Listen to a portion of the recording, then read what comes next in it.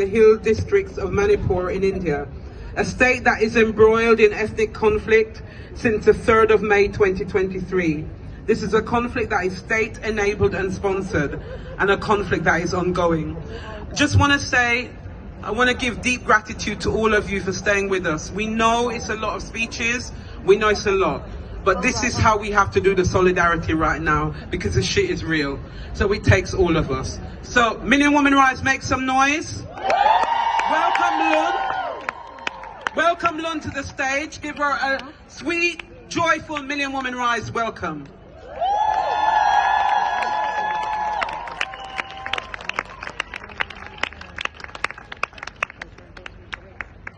Thank you, Million Women Rise.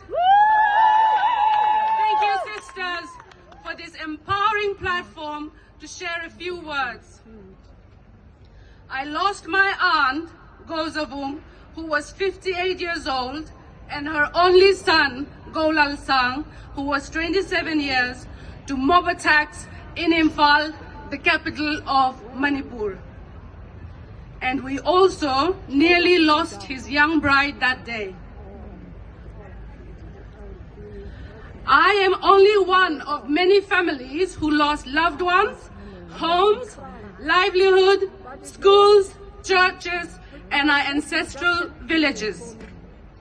On May 4, 2023, 7 members of my family, including my aunt, Gozavung, her daughter, Zamngai Kim, who was 24 years, her son, Golal Sang, and his young bride, Nancy Tingtian Nyang, who was 27, were blocked and pulled out of the car by a mob of over 200.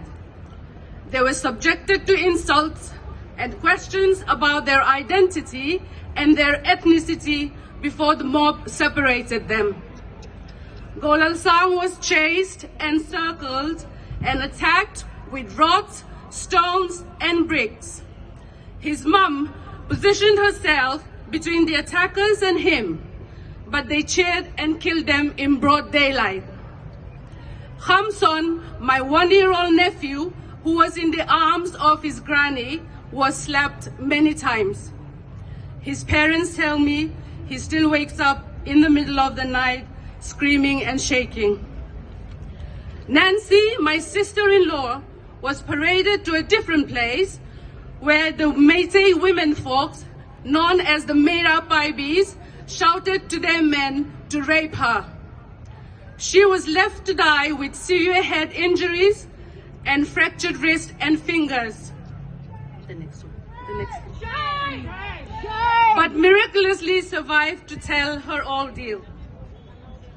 On May 5, Olivia Tongloy, next one please, 21 years old, and Florence Hang Sing, 24, were locked in a room by a mob. Young men entered the room and tortured them. A news report said co-workers could hear their screams and pleas for 2 hours. When the room was opened, it was filled with the blood and hair of the dead victims. The naked parade of 2 tribal women, which shocked the nation and the entire world, also happened on the same day.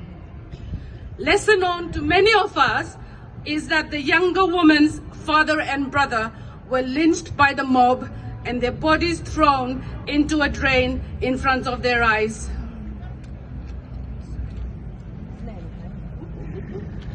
Sorry. On June 4, Meena Hang Sing and her 7-year-old son, Tonsing Hang Sing, and her friend, Lydia Laurembam, were burnt alive in an ambulance on their way to the hospital. On the early morning of June 9, Mrs. Dim Khohoi, who was 75 years old, was shot dead while she was performing her morning prayer inside her village church. On the night of November 7, 2024, Zo Sang Kim Mar, a 31-year-old, next one please, 31-year-old mother of 3 young children, was shot in the leg and could not escape. Her charred remains were discovered the next morning with her brain membrane next to it. Post-mortem report reveals she was tortured and allegedly raped before she was set on fire. We have no clear information about any arrest for these atrocities and so many others that I have no time to share today. I urge you, Million Women Rise, please remember Manipur. Join us as we speak out against human rights violations, especially towards our women and children. Thank you.